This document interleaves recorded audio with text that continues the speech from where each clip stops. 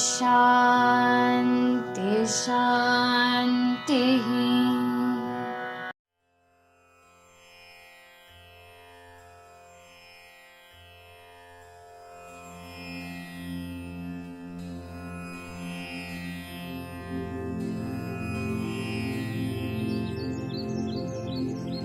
ईश्वराम्बा सुत श्रीमन् पूर्वा संध्या प्रवर्तते उत्तिष्ठ सत्यसाईशा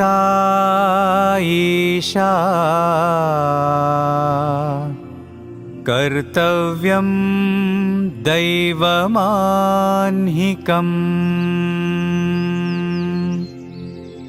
उत्तिष्ठोत्तिष्ठ पर्तीश उत्तिष्ठ जगतीपते उत्तिष्ठ करुणापूर्ण लोकमङ्गलसिद्धये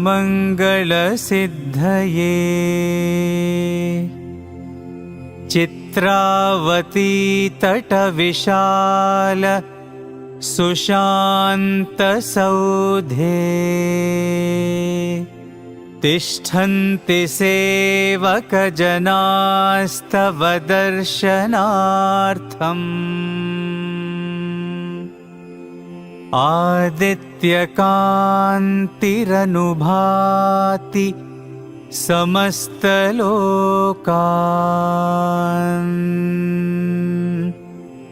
श्री सत्यसाई भगवन् तव सुप्रभातम्।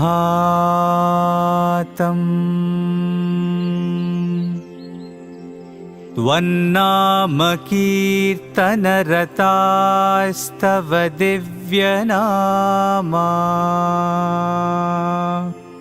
गायन्ति भक्तिरसपान प्रहृष्टचित्ताः दातुं कृपासहितदर्शनमाशु तेभ्यः श्री सत्यसाई भगवन् तव सुप्रभातम्।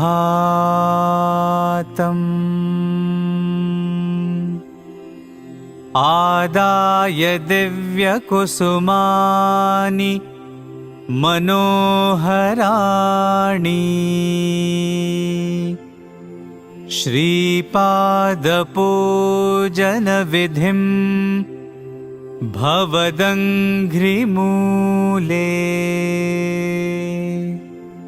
कर्तुं महोत्सुकतया प्रविशन्ति भक्ताः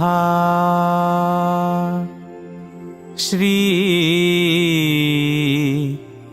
सत्यसाई भगवन् तव सुप्रभातम्।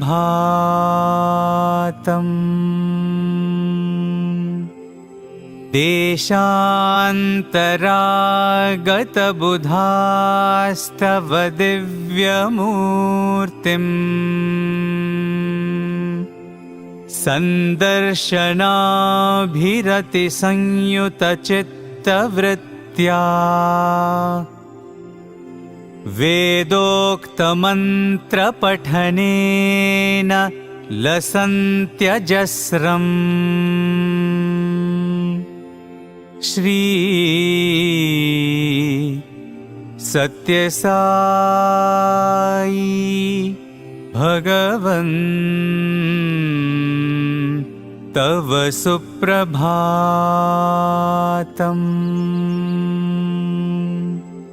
श्रुत्वा तवाद्भुतचरित्रमखण्डकीर्तिम् व्याप्तां दिगन्तरविशाल धरातलेऽस्मिन् जिज्ञासु लोक उपतिष्ठति चाश्रमेऽस्मिन्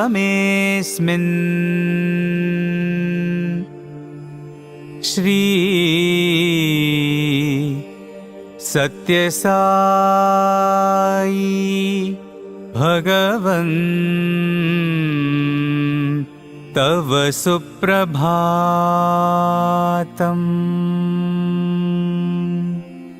सीता सती समविशुद्ध हृदम्बुजाताः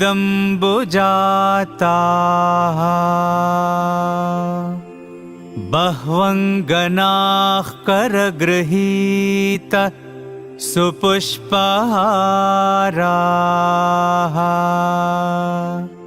स्तुन्वन्ते दिव्यनुतिभिः फणिभूषणं त्वाम् श्री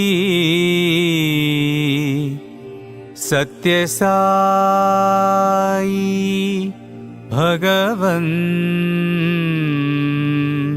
तव सुप्रभातम्।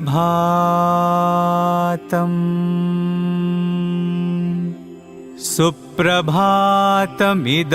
पुण्यं ये पठन्ति दिने दिने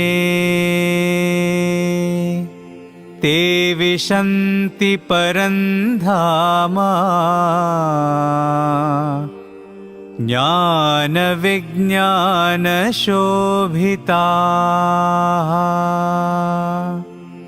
मङ्गलं गुरुदेवाय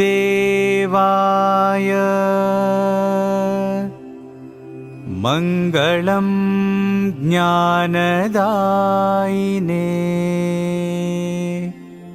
मङ्गलं पर्तिवासाय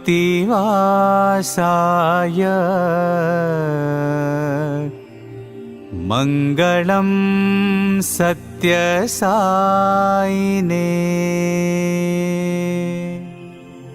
ॐ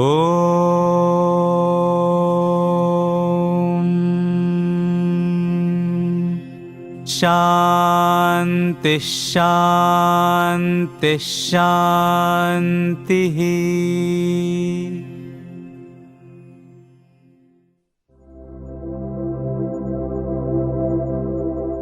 ओम श्री साई राम। आइए हम भगवान श्री सत्य साई बाबा द्वारा बताए गए ज्योति ध्यान को सीखें और करें। अपने सामने एक ज्योति जलाएं। चटाई के ऊपर आरामदायक आसन में बैठें।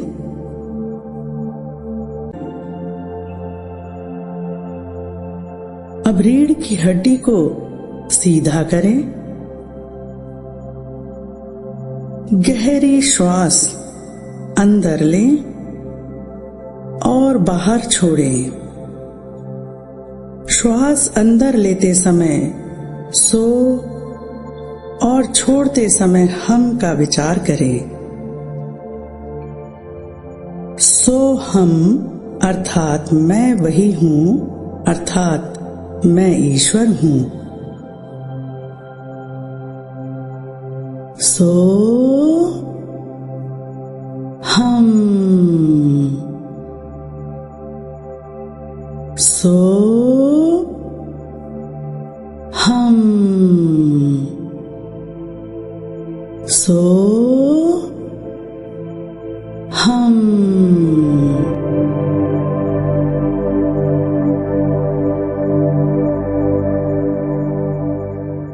ऐसा करते चलें। अब आंखें बंद करें और 3 बार ओमकार का उच्चारण करें।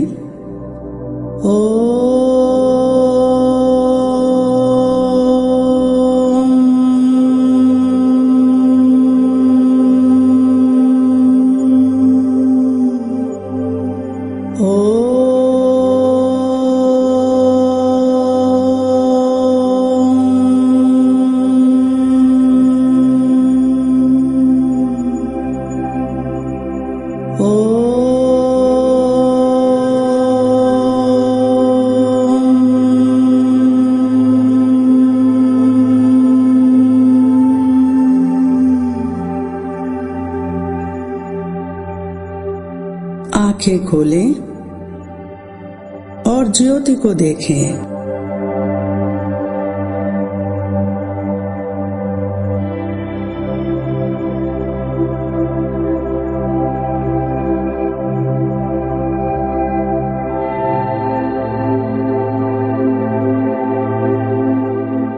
आंख बंद करें और ज्योति को दोनों भौं के बीच में देखें और विचार करें, हे भगवान, आप ज्योति स्वरूप हैं।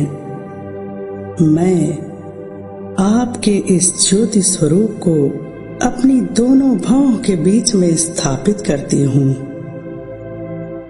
आपसे प्रार्थना है, यह ज्योति मेरे तन, मन और बुद्धि को शुद्ध और पवित्र करे, मुझे एक अच्छा प्राणी बनाए। ज्योति धीरे धीरे गले के अंदर से नीचे की ओर उतरते हुए हृदय चक्र में आ गई। यहाँ हल्के गुलाबी रंग का एक सुप्त कमल है। ज्योति उस बंद कमल के अग्रभाग से भीतर की ओर प्रविष्ट हो रही है। ज्योति से उस बंद कमल की पंखुड़ियां एक एक करके खुल रही हैं। अब पूरा कमल खिल उठा। ज्योति कमल के बीचों बीच पीले पराग कोश में चमचमा रही है। यहीं पर ईश्वर प्रेम रूप में निवास करते हैं। वह ईश्वर का कोई भी पसंदीदा मुदित स्वरूप हो सकता है जिसकी हम पूजा करते हैं। मेरे लिए तो वो सत्य साई है।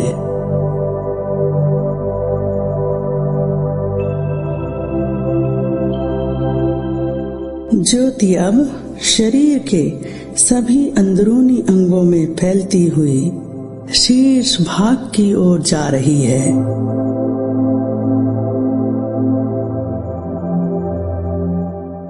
ज्योति दाईं आंख और अब बाईं आंख को प्रकाशित और पवित्र कर रही है।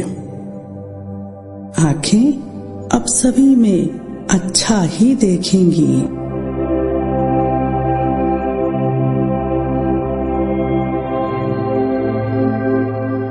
ज्योति धीरे धीरे दाएं कान और अब बाएं कान को भी प्रकाशित कर रही है। श्रवणम शक्ति प्रबल हो रही है। कान अब मधुर कोमल ध्वनियों को ही सुनेंगे।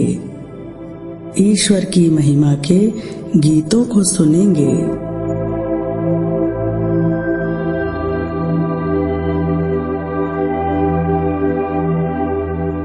ज्योति अब नासिका को प्रकाशित और पवित्र कर रही है। अब हम आसानी से श्वास ले सकते हैं। श्वास लेते वक्त अच्छे विचारों को अंदर ग्रहण करें और छोड़ते वक्त बुरे विचारों को बाहर कर दें।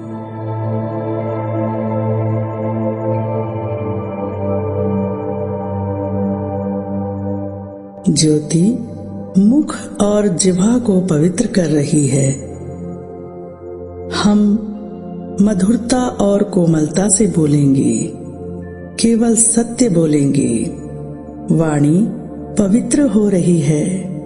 अब हम मौन में रहना पसंद करेंगे, क्योंकि बस मौनता में ही ईश्वर की आवाज सुनाई देती है।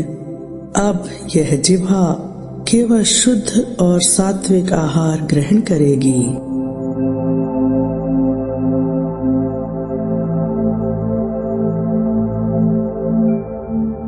ज्योति अब मस्तक की ओर जाकर पूरे सिर को अंदर से प्रकाशित कर रही है। अब मस्तिष्क के अंदर व्याप्त अंधकार और अज्ञानता का नाश हो रहा है। मन पवित्र और शांत हो गया है।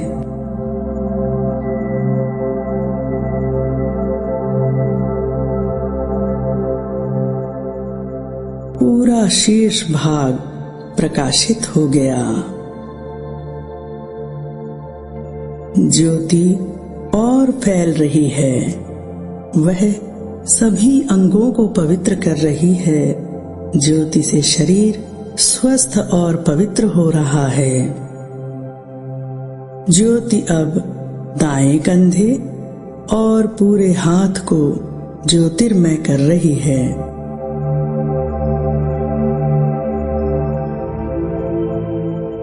अब वह बाएं कंधे और हाथ को प्रकाशित कर रही है।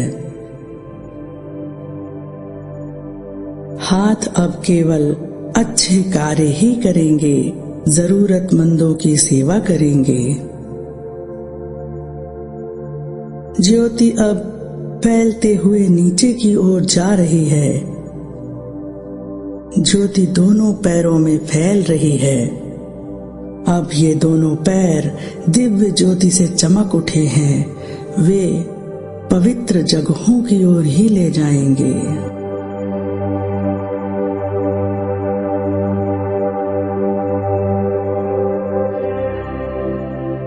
अब ज्योति रीढ़ की हड्डी के निचले भाग पर है। ऊपर की ओर बढ़ते हुए यह पूरे पीठ के भाग को पवित्र कर रही है। पीठ दिव्य ज्योति से प्रकाशित हो गई।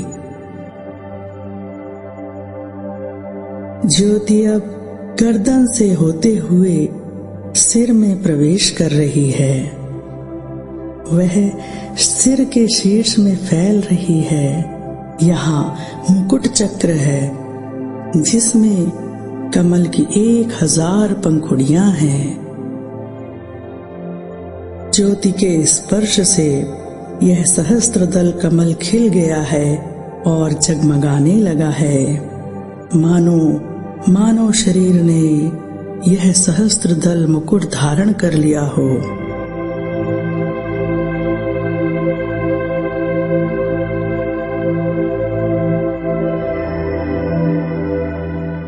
ज्योति विशाल और प्रकाशवान हो रही है। वह शरीर के बाहर निकलकर पूरे परिसर में फैल रही है।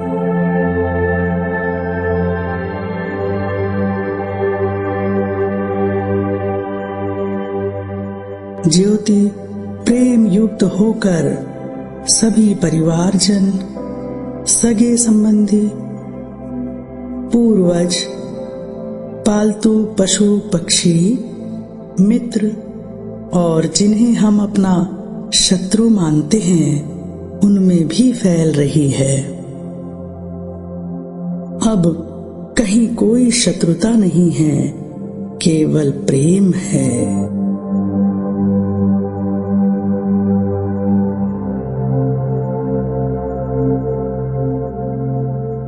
निरंतर विशाल होती हुई ज्योति अब पूरे शहर, पूरे देश और पृथ्वी माँ को ज्योतिर्मय कर रही है।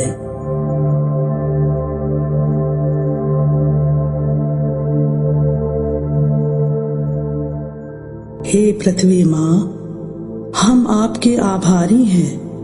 न जाने कितने जन्मों से आपने हमारा पोषण किया है।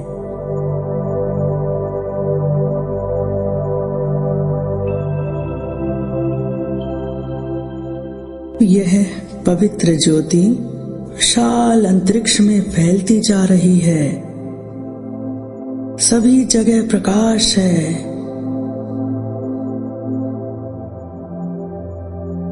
सभी जगह शांति है।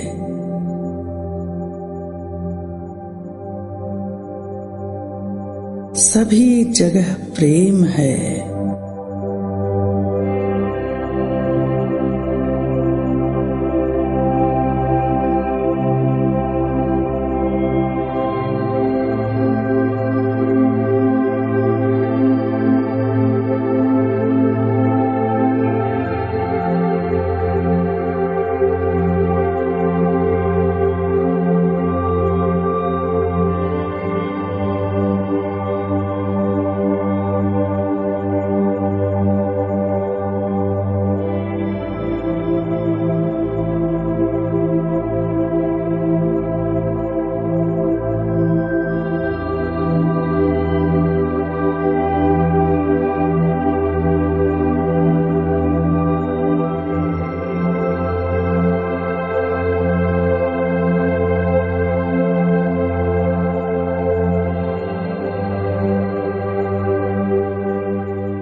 ज्योति अब धीरे धीरे पृथ्वी पर वापस आ रही है।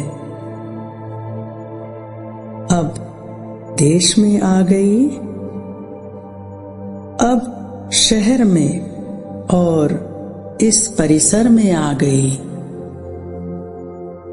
ज्योति अब ठीक सिर के ऊपर आ गई है। अब ज्योति धीरे धीरे सिर के अंदर से होती हुई हृदय चक्र में आ गई। पवित्र ज्योति हमारे हृदय में स्थापित हो गई है।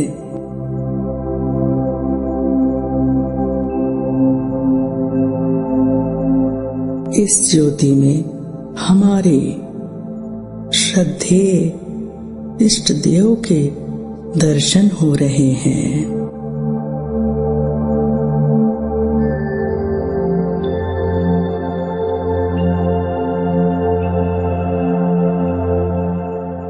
मैं प्रकाश हूँ।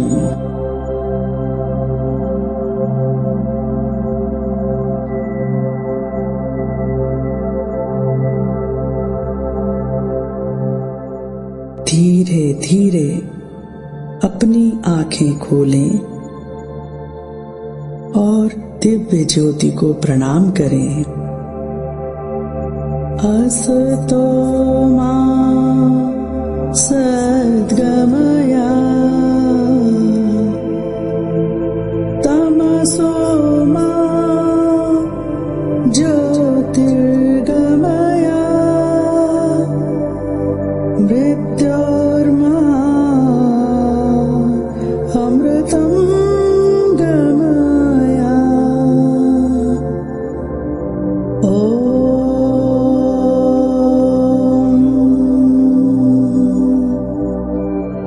शांति शांति शांति।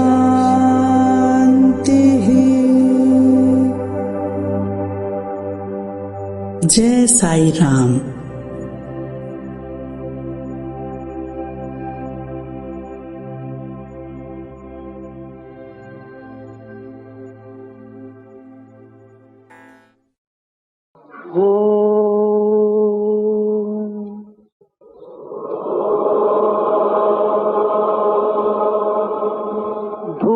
भूर्भुवस्सुवः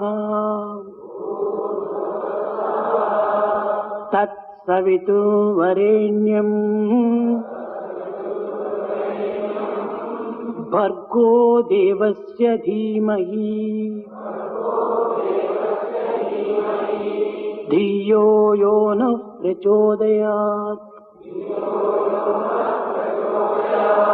ॐ भूर्भुवस्सुवः तत्सवितुर्वरेण्यं भर्गो देवस्य धीमहि धियो यो नः प्रचोदयात्। ॐ भूर्भुवस्सुवः तत्सवितुर्वरेण्यं भर्गो देवस्य धीमहि धियो यो नः प्रचोदयात्।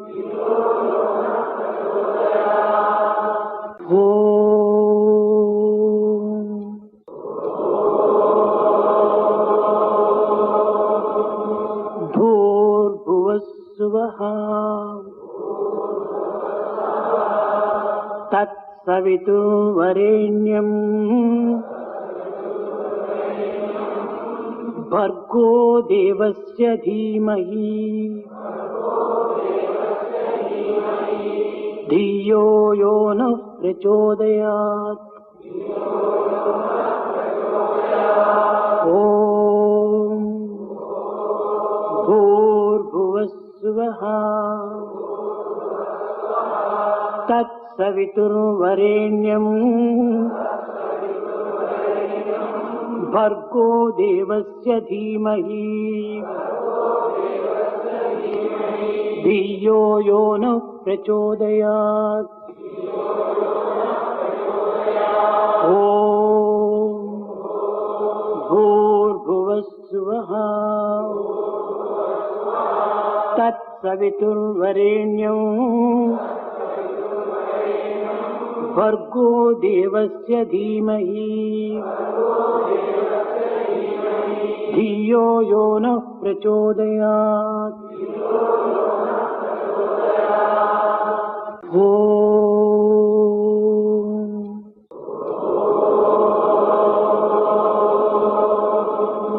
भूर्भुवस्सुवः तत्सवितुर्वरेण्यं भर्गो देवस्य धीमहि धियो यो नः प्रचोदयात्। ॐ भूर्भुवस्सुवः तत्सवितुर्वरेण्यं भर्गो देवस्य धीमहि धियो यो नः प्रचोदयात्। ॐ भूर्भुवस्सुवः तत्सवितुर्वरेण्यं भर्गो देवस्य धीमहि धियो यो नः प्रचोदयात्।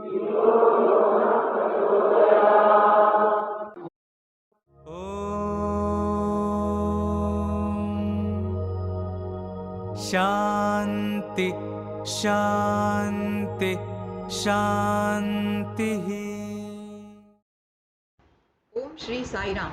परम आदरणीय, परम श्रद्धेय, हम सबके प्राण प्रिय भगवान श्री सत्य साई बाबा के कमल रूपी चरणों में मेरे अनगिनत प्रणाम और आप सभी को सादर सप्रेम साई राम। सेवा एक साधना। आज मनुष्य ने इतनी अधिक प्रगति कर ली है कि वह मंगल ग्रह पर जाकर घर बसाने का विचार भी कर रहा है। चंद्रमा पर जाना, अंतरिक्ष में जाना उसके लिए नया नहीं है। समुद्र की गहराई तक वो जा सका है। कितने ही किडनी प्रत्यार्पण, हृदय प्रत्यार्पण जैसे ऑपरेशन वह कर सकता है, परंतु इतनी प्रगति होने के बाद भी मनुष्य कहीं खो गया है। मानवता अपना अस्तित्व खोजती प्रतीत होती है और ऐसे समय में आध्यात्मिकता शुरू होती है। जहाँ विज्ञान समाप्त होता है वहीं से आध्यात्मिकता शुरू होती है और उस आध्यात्मिकता को प्राप्त करने के लिए जो साधना रूपी सीढ़ी है उससे चढ़कर जाना पड़ता है और सेवा यह उसकी स्वर्णिम सीढ़ी है, ऐसा भगवान बाबा ने भी कहा है। जब हम मार्ग से गुजरने वाले एक भिखारी को रोटी देते हैं तो क्या हम बदले में उससे कुछ मांगते हैं? नहीं ना। परंतु जब हम मंदिर जाते हैं प्रार्थना करने के लिए तो हम भगवान से कुछ न कुछ मांगते हैं, चाहे हम अपने लिए मांगे या किसी और के लिए, परंतु उसमें एक मांगने का भाव होता है। इसीलिए भगवान कहते हैं कि श्रेष्ठ क्या हुआ, प्रार्थना या सेवा। सेवा करने वाले हाथ प्रार्थना करने वाले होठों से अधिक पवित्र है। सेवा हम जब कर रहे होते हैं तो हम प्रत्यक्ष ईश्वर की कर रहे होते हैं, परंतु प्रार्थना में हम अप्रत्यक्ष ईश्वर से बात कर रहे होते हैं। तो ज़्यादा करीब हम ईश्वर के तभी हो सकते हैं जब हम सेवा रूपी साधना को आत्मसात करेंगे, क्योंकि सेवा से परिपूर्णता आती है, दृष्टि विशाल होती है और जब मानव मात्र में ईश्वर देखने की अगर हमारी प्रवृत्ति हो जाती है तो हमारी जो सेवा है वह निस्वार्थ सेवा हो जाती है। भगवान बाबा ने एक बार कहा था कि मनुष्य 4 प्रकार की सेवा करता है। पहली है स्वार्थ सेवा, क्योंकि उसमें मेरा स्वार्थ निहित है इसलिए मैं सेवा कर रहा हूँ। दूसरी सेवा होती है परार्थ सेवा, जिसे आडंबर युक्त सेवा कहा जा सकता है, दिखाने के लिए। एक फला ग्रुप के सदस्य गए और एक कुएं का क्लोरीनेशन करके आए, फोटो खिंचवाया, पेपर में फोटो छपा। किसी महाशय ने पूछा कि परंतु वह कुआं तो वर्षों से सूखा पड़ा है, क्या आपने उसे पुनरुद्धार करके फिर क्लोरीनेशन किया? परंतु वह महाशय चुप थे, क्योंकि उन्हें तो सिर्फ फोटो खिंचवानी थी। यह हुई परार्थ सेवा। तीसरी होती है स्वार्थ और परार्थ। यानी मनुष्य को आनंद मिलता है सेवा करने में, कि इस फलाने मंदिर में कुछ फर्सियाँ या कुछ कमरे या कुछ पंखे मैंने अपने पूर्वजों के नाम पर दान किए हैं, क्योंकि मेरा वहाँ बोर्ड पर नाम लिखा गया है। तो यह होती है स्वार्थ और परार्थ सेवा, क्योंकि इसमें कहीं ना कहीं दिखावटीपन और स्वार्थ दोनों ही निहित होता है। कई महिलाएं मुझसे कहती है कि हम तो अपने घर में काम करने वाली जो महिलाएं हैं उनके बच्चों की पढ़ाई का खर्चा उठाते हैं। यह भी एक अच्छी सेवा है, परंतु इसमें निस्वार्थता नहीं है। जिनको हम नहीं जानते हैं उनकी जब हम सेवा के लिए हमारे हाथ उठते हैं तो वह निस्वार्थ सेवा होती है। इसमें कहीं ना कहीं स्वार्थ निहित होता ही है।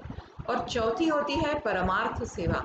जब सेवा में ईश्वर को ही प्राणी मात्र में देखने लगते हैं तो वह सेवा परार्थ से परमार्थ हो जाती है, और वह होती है बहुजन हिताय बहुजन सुखाय। जैसे मदर टेरेसा, स्वामी विवेकानंद, जो राष्ट्र प्रेम की खातिर जगह जगह घूमे और उन्होंने अपनी सेवा का मार्ग चुन लिया था ईश्वर को प्राप्त करने के लिए। कई बार हमें लगता है कि हम सेवा कर रहे हैं, परंतु कुछ दिनों तक हम सेवा नहीं कर पाते। शिरडी साईं बाबा हमेशा कहा करते थे कि सेवा के बिना बीता हुआ प्रत्येक दिन यह समझ लो कि आज की तुम्हारी सेवा ही साधना ही व्यर्थ हो गई, क्योंकि सेवा का एक भी मौका मिलता है, एक भी अवसर मिलता है तो हमें उसे नहीं छोड़ना चाहिए। ऐसा कहते हैं, अपॉर्चुनिटी नेवर स्ट्राइक्स ट्वाइस। मौका कभी भी दोबारा नहीं दस्तक देता है, इसलिए जो भी अवसर सेवा का मिला है उसका उपयोग उसी क्षण कर लेना चाहिए। और इसके बहुत ही बड़े उदाहरण हैं भगवान श्री कृष्ण।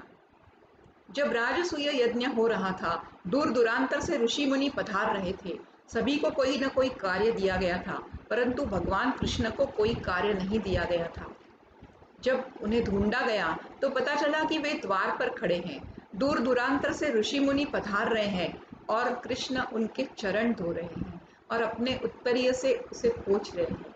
यह काम करके भगवान हमें बताना चाह रहे हैं कि कोई भी सेवा का कार्य छोटा या बड़ा नहीं होता। सेवा का कोई भी अवसर हमें मिला है तो उसे हमें भुना लेना चाहिए, क्योंकि यह तो भगवान को हमें धन्यवाद देने जैसा है कि उन्होंने हमें सेवा का एक मौका देकर उपकृत किया है। एक भगवान के अनन्य भक्त थे अबू बेम आदम। वे बहुत लोगों की सेवा में ही अपने जीवन को व्यतीत करते थे, एक छोटी सी झोपड़ी में रहा करते थे, परंतु प्राणी मात्र से प्रेम करना और उनकी सेवा करना यही उनके जीवन का ध्येय था। एक बार उन्होंने देखा कि उनके कमरे में प्रकाश दिख रहा है। वह पास जाकर देखते हैं तो एक देवदूत है और वह एक डायरी में कुछ लिख रहा है। वह उससे पूछते हैं, भाई तुम यह क्या लिख रहे हो? तो देवदूत कहता है, मैं उन लोगों की सूची बना रहा हूँ जो ईश्वर से प्रेम करते हैं। तब उन्होंने पूछा, क्या मेरा नाम इसमें कहीं है? तो देवदूत ने कहा, अभी तो नहीं है। उन्होंने कहा, सच ही तो है, मैं अपने कार्यों में इतना व्यस्त रहता हूँ कि ईश्वर की सेवा साधना करने के लिए मेरे पास समय ही नहीं रहता।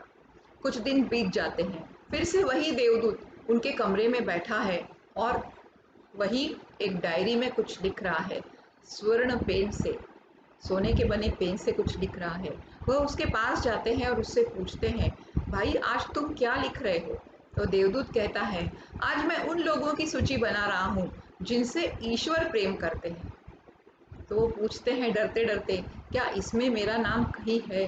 तो वह डायरी उनके सामने कर देता है और उसमें स्वर्ण अक्षरों से उनका नाम सबसे ऊपर लिखा रहता है। जो ईश्वर की बनाई सृष्टि से प्रेम करते हैं, उनकी सेवा में ही अपने जीवन को समर्पित कर देते हैं, वह ईश्वर की सूची में सबसे ऊपर होते हैं और ईश्वर ही उनसे बहुत अधिक प्रेम करते हैं। हम गांव गोद लेते हैं, गांवों में सेवा करने जाते हैं।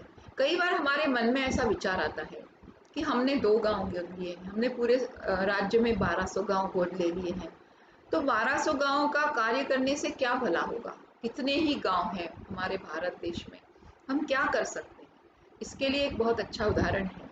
एक छोटा सा बच्चा है, समुद्र के किनारे खड़ा है और जो स्टारफिश पानी से बहकर आते हैं वह उनको हथेली में उठाकर और समुद्र में डाल रहा है। बार बार आता है, हथेली में उठाता है और समुद्र में डाल देता है। एक व्यक्ति वो इस कार्य को देख रहे होते हैं, उसके पास जाते हैं और उससे कहते हैं कि तुम यह क्या कर रहे हो। बच्चा कहता है कि यह स्टारफिश जो पानी के साथ बाहर आ गया है, अगर इस पर सूरज की रोशनी पड़ेगी तो यह मर जाएगा। मैं इसे बचा रहा हूँ और इसीलिए मैं इसे पुनः समुद्र में डाल रहा हूँ। वह व्यक्ति हंसता है और कहता है कि जो तुम्हें पता है, ये समुद्र का जो किनारा है ये हजारों किलोमीटर तक फैला हुआ है और लाखों स्टारफिश इसके किनारे पर पड़े हुए हैं। क्या फर्क पड़ता है। वो बच्चा एक स्टारफिश को अपनी हथेली में लेता है और पानी में डालते हुए कहता है, इसको तो फर्क पड़ता है। बस हमें यही भावना से सेवा के कार्य में जुट जाना है। गांव सेवा ही, ग्राम सेवा ही राम सेवा है, यह मंत्र भगवान ने हमें दिया है। तो क्यों न हम इसका उपयोग कर अपने अकाउंट, अपने जीवन का जो कर्मों का फल है उसके अकाउंट को क्यों न बढ़ाए। इसका एक बहुत अच्छा उदाहरण सत्यम शिवम सुंदरम में भगवान बाबा के एक भक्त थे, अनन्य भक्त थे, श्री कृष्ण मूर्ति। एक बार वह बेंगलोर से पुट्टपर्थी कार से यात्रा कर रहे थे। उनके साथ उनकी पत्नी और एक बॉक्स था जो भगवान बाबा को गिफ्ट के रूप में दिया गया था। वह जब आ रहे थे तो चिकबालापुर नामक एक गांव आता है रास्ते में, वहां पर उनकी गाड़ी का एक्सीडेंट हो गया और उनकी गाड़ी ने 2-3 बार पलटी खा ली। परंतु अच्छा हुआ कि वह पास में एक जो 20 फीट खाई थी उसमें नहीं गिरी और पहाड़ से भी नहीं टकराई। और उस समय उन्हें लगा कि ये बहुत अच्छा हुआ कि दोनों तरफ इतना अधिक ट्रैफिक नहीं था, नहीं तो वो इतना बड़ा हाईवे है, बड़े बड़े ट्रक्स वहाँ से गुजरते हैं, वो उन्हें रोन कर चले जाते। उन्हें कॉलर बोन में फ्रैक्चर हुआ था, इसलिए उन्होंने वापस लौटने का विचार किया और वो वापस लौट गए। कुछ माह पश्चात जब वो ठीक हो गए, स्वस्थ हो गए, तो वो फिर से पुट्टपर्थी आए। पुट्टपर्थी में जैसे ही प्रवेश कर रहे थे उन्हें द्वार पर मिस्टर ओबेरॉय मिले, जो एयरपोर्ट अथॉरिटी के चीफ थे। उन्होंने उनसे पूछा कि आपकी कॉलर बोन कैसी है। उन्हें आश्चर्य हुआ कि आपको कैसे पता कि मेरी कॉलर बोन में फ्रैक्चर हुआ है। तो उन्होंने कहा कि फलाने फलाने दिन इतने बजे तुम्हारा एक्सीडेंट हुआ था। वे आश्चर्य करने लगे। तब उन्होंने कहा कि उस समय हम भगवान बाबा के साथ उनके कमरे में ही थे और उन्होंने कहा तुम्हारा जो मित्र है ना कृष्णमूर्ति, बड़ी तेज गाड़ी चलाता है, अभी अभी उसका एक्सीडेंट हो गया है और मैंने उसकी कार को 20 फीट खाई में गिरने से बचा लिया है। मैंने उसे पहाड़ों से टकराने से भी बचा लिया है और मैंने 8 मिनट तक दोनों तरफ के ट्रैफिक को रोक दिया है। वे अत्यंत गदगद होते हैं, आंसुओं से भगवान के चरणों की वंदना करते हैं। भगवान उनसे कहते हैं चलो चलो मैं अपने विद्यार्थियों से मिलने जा रहा हूँ। वे उनके साथ हो लेते हैं। भगवान उनसे कहते हैं आज तुम भाषण दो। तो कृष्णमूर्ति जी कहते हैं कि भगवान मैं आज कोई तैयारी से नहीं आया हूँ भाषण देने की। भगवान उनसे कहते हैं तुम अपने एक्सीडेंट की घटना बताओ बच्चों को। तो बताने लगते हैं अपने एक्सीडेंट की घटना और कहते हैं कि भगवान बाबा की कृपा से ही आज मैं बच गया हूँ। भगवान कहते हैं नहीं नहीं, मेरी कृपा से नहीं बचे। फिर वो आगे अपना लेक्चर कंटिन्यू करते हैं और फिर से कहते हैं कि आज मैं यहाँ अगर खड़ा होकर बोलने लायक हूँ तो भगवान की कृपा के ही कारण। भगवान कहते हैं नहीं नहीं, मैंने तुम्हें नहीं बचाया। तुम जब गांव में सेवा करने जाते हो तो लोग तुम्हें धन्यवाद देते हैं, तो तुम उनसे क्या कहते हो कि यह धन्यवाद मुझे नहीं मेरे ईश्वर को दो। उसी के कारण मैं आपकी सेवा करने के लिए आ पा रहा हूँ। तो वह जो धन्यवाद होते हैं वो मेरे तरफ प्रेषित हो जाते हैं और मेरी तरफ एकत्रित होने लगते हैं। मैंने तुम्हारे एक्सीडेंट के 1.5 महीने पहले ही तुम्हारे अकाउंट को चेक किया था और उसमें पर्याप्त बैलेंस था और इसीलिए मुझे तुम्हारी गाड़ी को खाई में गिरने से बचा लेना पड़ा और 8 मिनट तक दोनों तरफ के ट्रैफिक को रोक देना पड़ा। तो यह है ग्राम सेवा का महत्व कि हमें यह सेवा करना है। ईश्वर की तरफ एक भी कदम उठाते हैं तो 100 कदम वो हमारे लिए उठाने के लिए तैयार होते हैं। शिरडी साईं बाबा भी अपने भक्तों को स्वयं हाथों से भोजन करके दिया करते थे। हनुमान जी जैसे सेवक का उदाहरण तो हमारे जीवन में एक बहुत ही महत्वपूर्ण उदाहरण रहा है। भगवान ने उन्हें गले से भी लगा दिया है। सहस बदन तुमरो जस गावे, अस कही श्रीपति कंठ लगावे। भगवान अगर अपन अपने भक्तों को गले से लगाते हैं तो यह इससे बड़ी अधिक अच्छी बात हमारे लिए क्या हो सकती है। पर भगवान तभी गले से लगाएंगे जब हम उनके बताए हुए मार्ग पर चलकर सेवा करते हुए अपने जीवन को उनके ही राह में, उनके ही पद चिन्हों पर चलते हुए समर्पित कर देंगे। एक बार की बात है कि एक बच्चा है, वह अपनी परीक्षा देने जा रहा है और एकदम से उसे लगता है कि एक महिला है जो सांस नहीं ले पा रही है और बेहोशी की हालत में है। तो वह उसे देखता है पर सोचता है कि अगर मैं इसे बचाने जाता हूँ तो मेरी परीक्षा छूट जाएगी। 2-3 बार उसके मन में बार बार विचार आते हैं कि क्या करूँ क्या करूँ। अंत में वो तय करता है कि मुझे इस महिला को बचाना है। वो उसे लेकर अस्पताल जाता है। जब उस महिला का इलाज हो जाता है फिर उसके परिवार वालों को बुलाया जाता है। फिर ऐसा करते करते 1.5 घंटा बीत चुका होता है। उसके बाद वो परीक्षा स्थल पर पहुंचता है तो परीक्षक कहते हैं कि तुम अब परीक्षा देके क्या करोगे। तो वो कहता है कि नहीं, मैं परीक्षा फिर भी देना चाहता हूँ। वह परीक्षा देता है। जैसे तैसे वो 1.5 घंटे के अंदर 3 घंटे का पेपर सॉल्व करके आ जाता है। वो मन ही मन सोचता है कि इस जो मेरी व्यावहारिक परीक्षा है उसमें तो मैं शायद फेल हो जाऊंगा, पर ईश्वर जो मेरी परीक्षा ले रहे हैं शायद मैं उसमें पास हो जाऊं। और ऐसा सोचते सोचते जब उसका रिजल्ट उसके हाथ में आता है तो वह उसकी आंखें फटी की फटी रह जाती है। जिस विषय का में उसे पूरी तरह से उम्मीद थी कि वह फेल हो जाएगा, उसमें उसे सर्वाधिक अंक मिले रहते हैं। तो यह है ईश्वर के प्रति, ईश्वर की बनाई मानव से, सृष्टि से प्रेम करना। एक व्यक्ति स्टेशन पर खड़ा है। एक महिला दौड़ते हुए आती है और उससे कहती है कि मेरा बच्चा बहुत बीमार है, मुझे पैसे की आवश्यकता है। वह व्यक्ति अपनी पर्स खोलकर 100 रुपए का नोट उसे बढ़ा देता है। वह महिला उसे धन्यवाद देकर चली जाती है। थोड़ी देर में दूसरा भिखारी जो पास में बैठा है उस व्यक्ति से आकर कहता है कि उस महिला का बच्चा बीमार नहीं है। अब हमारे मन में क्या विचार आता है, अरे उसने हमसे झूठ बोला, गलत बात करके वो हमसे पैसे ले गई, झूठ बोल करके हमसे पैसे ले गई, ऐसा विचार हमारे मन में आता है। पर उस व्यक्ति ने जो जवाब दिया, उसने कहा कि भगवान का लाख लाख धन्यवाद कि उसका बच्चा बीमार नहीं है। क्योंकि अगर हमने किसी की मदद कर दी है तो हम ये क्यों सोचें कि उस पैसे का वह क्या कर रही है। भगवान यह भी कहते हैं कि सुपात्र को दान करना आवश्यक होता है, कुपात्र को नहीं। और इसीलिए दान, सेवा, धर्म यह सब आवश्यक होते हैं। भगवान ने कहा कि मैंने तुम्हें सप्ताह में 168 घंटे दिए हैं, तो क्या 4 घंटे तुम मेरे लिए नहीं निकाल सकते हो। जब तुम मेरे बनाई हुई सृष्टि से प्रेम करते हो, उनकी सेवा करते हो, तो वह मुझ तक पहुंच जाती है और मैं देखता हूँ कि तुम्हारा अकाउंट पर्याप्त होता जा रहा है। भगवान के चरणों में अंतिम कुछ पंक्तियां प्रस्तुत कर रही हूँ। कृपा की तुम्हारी जो आदत न होती तो सुनी ही रहती अदालत तुम्हारी, दिनों पर न होती इनायत तुम्हारी, तो कौन करता इबादत तुम्हारी, तो कौन करता इबादत तुम्हारी। धन्यवाद। साई राम।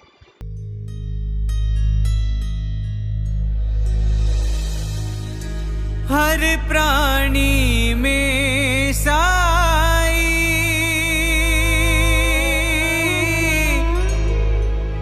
हर प्राणी में बाबा,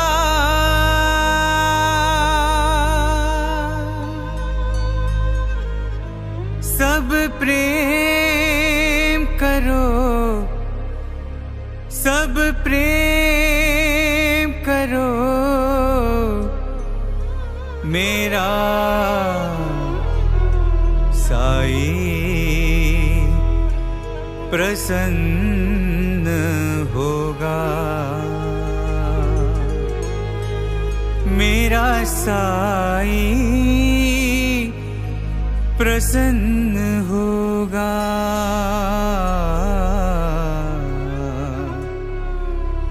मेरा साई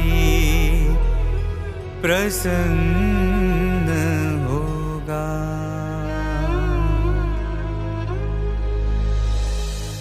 दिन दुखियों से प्रेम करो मेरा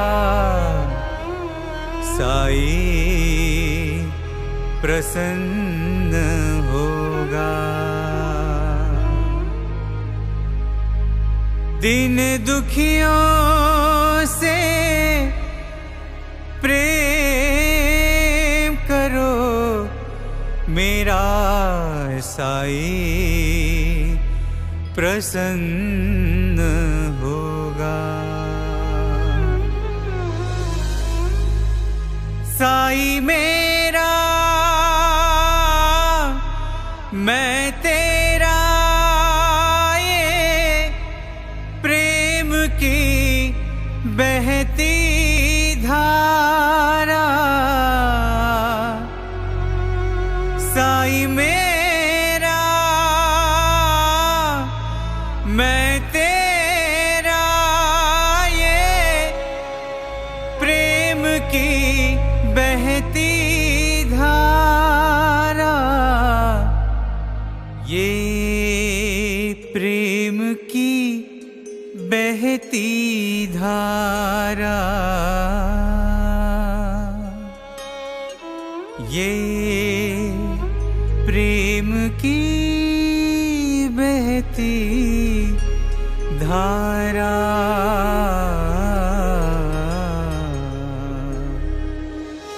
मेरा साई प्रसन्न होगा। मेरा साई प्रसन्न होगा।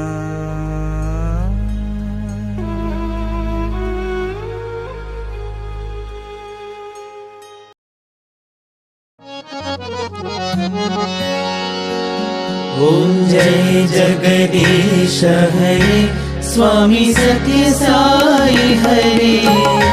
भक्त जना संरक्षक भक्त जना संरक्षक पति महेश्वरा। ओम जय जगदीश हरे। शशिवदना श्रीकरा सर्वा प्राणपते स्वामी सर्वा प्राणपते। आश्रित कल्पलतिका आश्रित कल्पलतिका आपदान्धवा।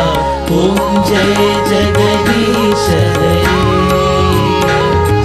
माता पिता गुरुदैवमु मरि अन्तयु नीवे स्वामी मरि अन्तयु नीवे।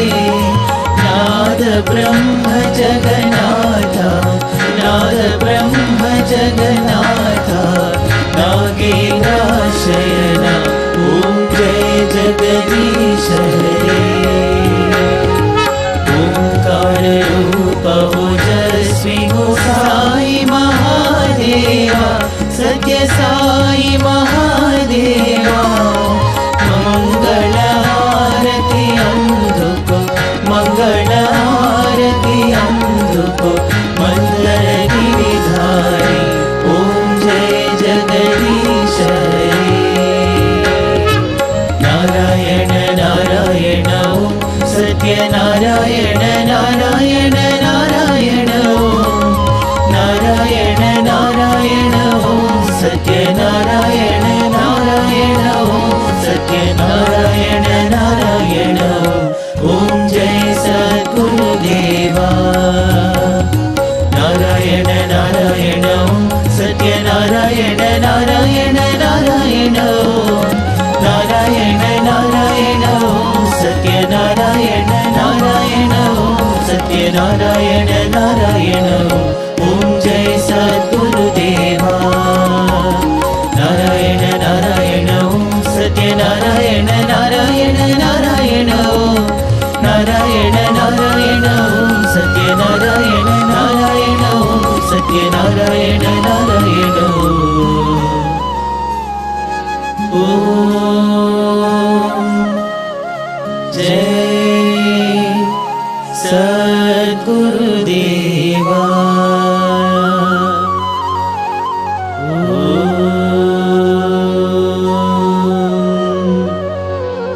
शांति शांति शांति समस्त लोकाः सुखिनो भवन्तु समस्त लोकाः सुखिनो भवन्तु समस्त लोकाः सुखिनो भवन्तु ॐ शान्ति शान्ति शान्तिः जय बोलो भगवान श्री सत्य साई बाबा जी की